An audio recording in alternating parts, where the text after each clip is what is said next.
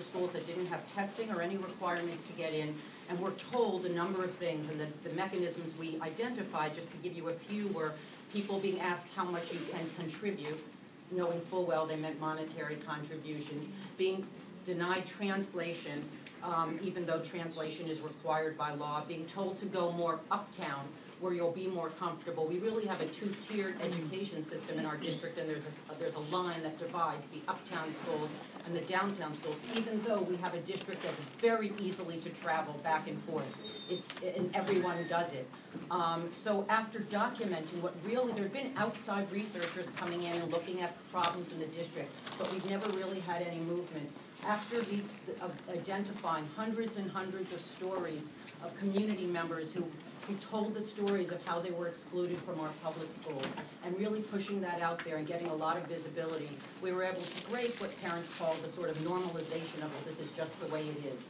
And everybody knows it's happening, but it's just the way it is. So it's a long struggle, and I can talk more about it as we're going on, but there's been real movement, and we've worked with many groups across the city. We're now working with John Britton and Michael Alves, because parents have come together, and after researching a lot of admissions plans, feel that a community-controlled choice policy is what will really be able to affect equity in our community, but that the root of that has to be parents, again, parents at the center, which is why we call it the Community-Controlled Choice Project.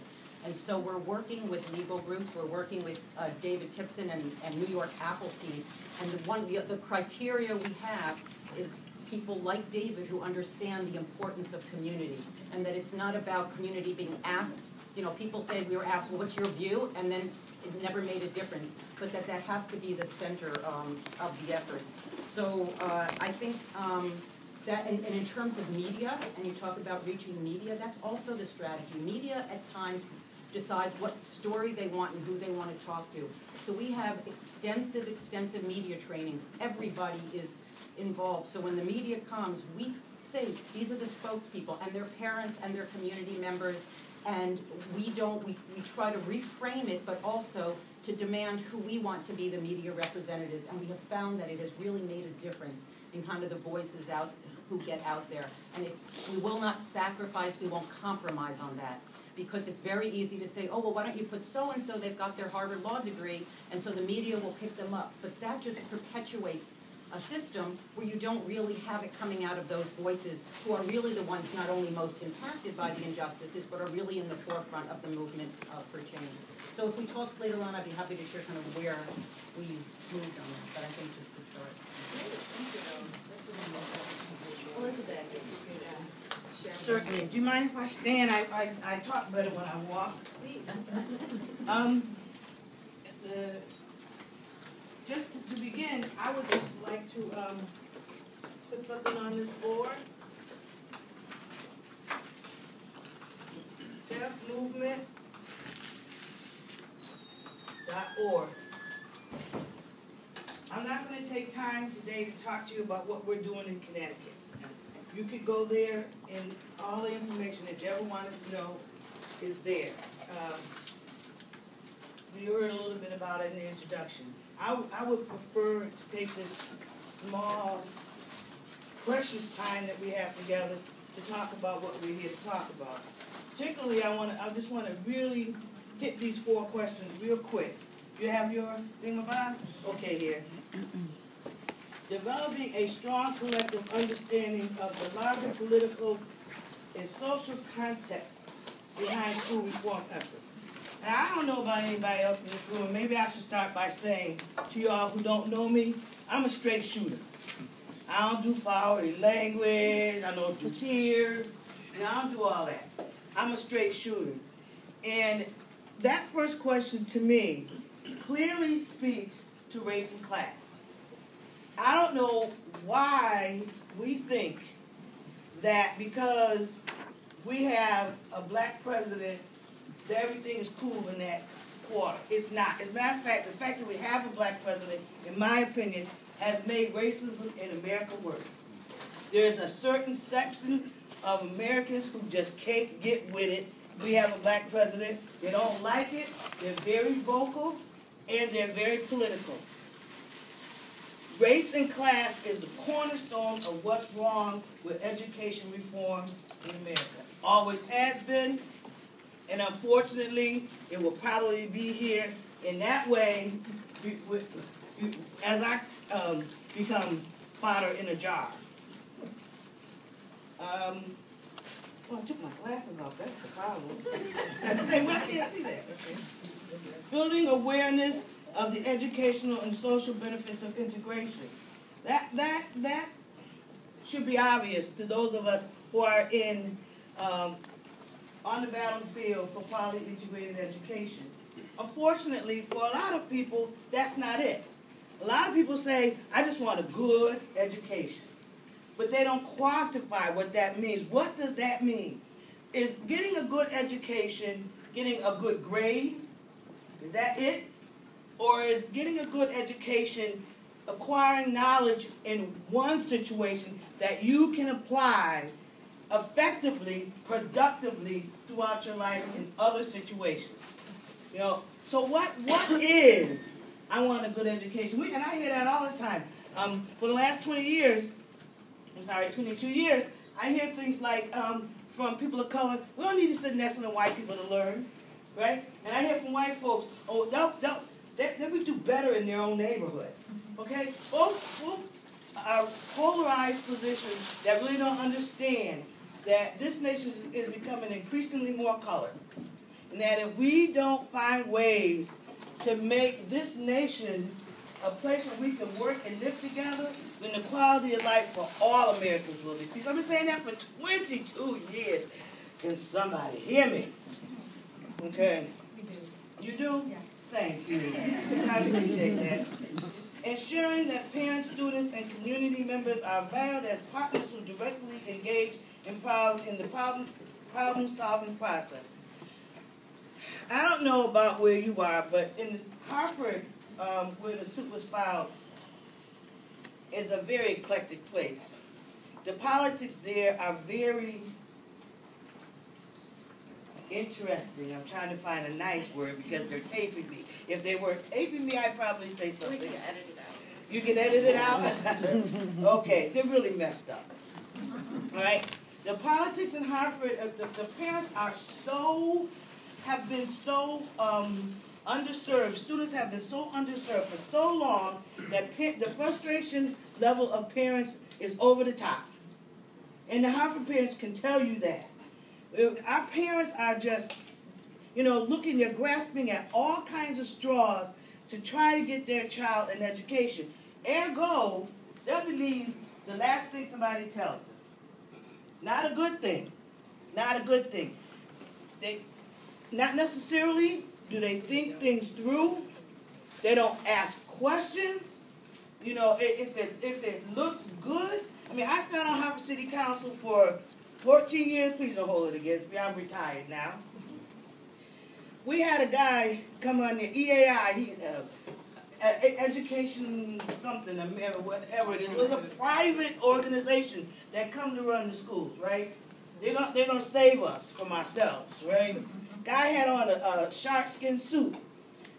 Really, seriously. There is a for-profit organization that was going to run our schools. My first question was, we're already an impoverished school system. You want to run our schools, take money out of our schools for your profit. How is that going to help our schools?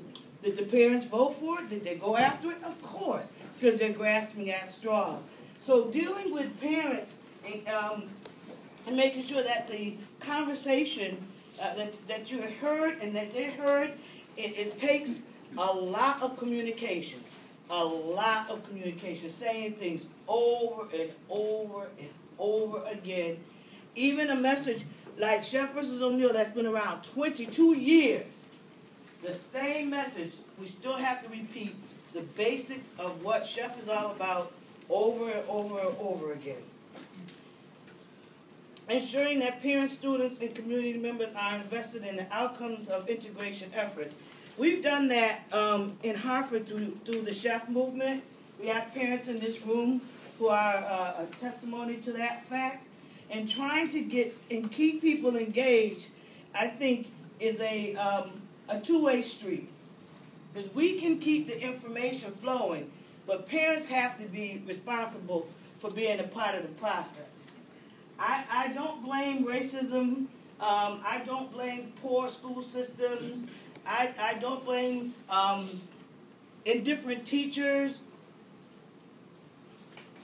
all by themselves. It's a problem that's a milieu of all those things, plus parents' absence from the process, plus students not being willing to do that. You know, they tell me, well, you know, Miss Sheff, you know, Miss Horton Sheff, you know, they say I try to get good grade. That means I'm acting white.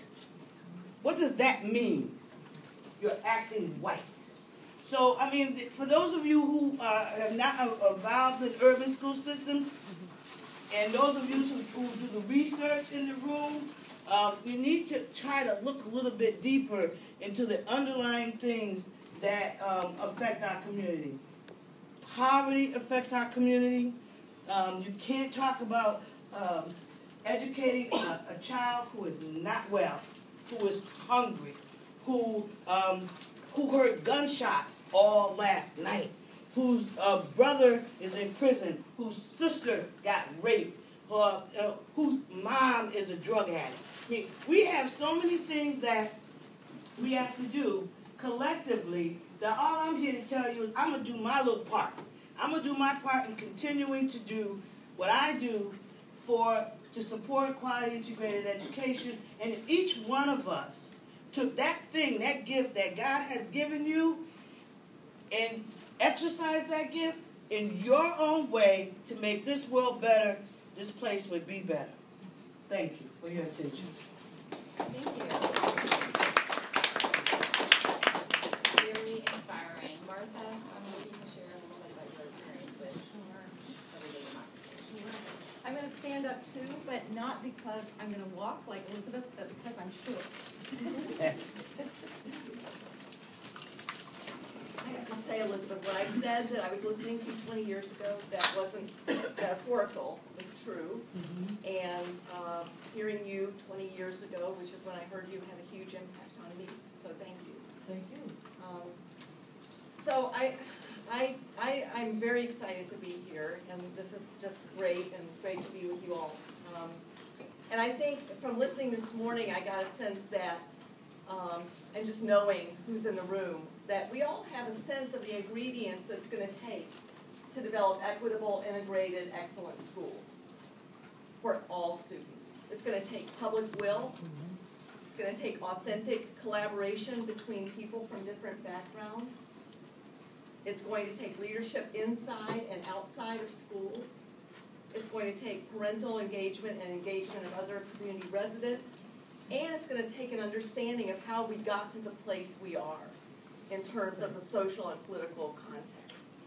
And, you know, so I think we know those ingredients need to be in place. But as many of you named, when you were talking about what you wanted to get out of the session, you're saying, but where we are is so different from where we envision we need to be. And so what kind of messaging and organizing do we need to put in place to get there? And because when I think about this, I think the legacy of public policy and institutional momentum and implicit bias and residential segregation and the juncture of housing and poverty and racism is so great that is the structural reality we're part of. And so the pieces that we're putting in place are trying to create little crevices in that structural reality. So we're talking about how do we put mechanisms into place that actually are trying to create a new structural reality. And so I just will offer a few lessons that we've learned from some of the communities we've worked with. And I think, and just hearing you all, I know this is in the room, but it really requires, I think, a vision and persistence in articulating that vision for both engagement and equity. And sometimes people will have the vision for equity, but they don't have the vision for what it means to engage people where they are in talking about that. And when we talk to people around the country, people often will tell us that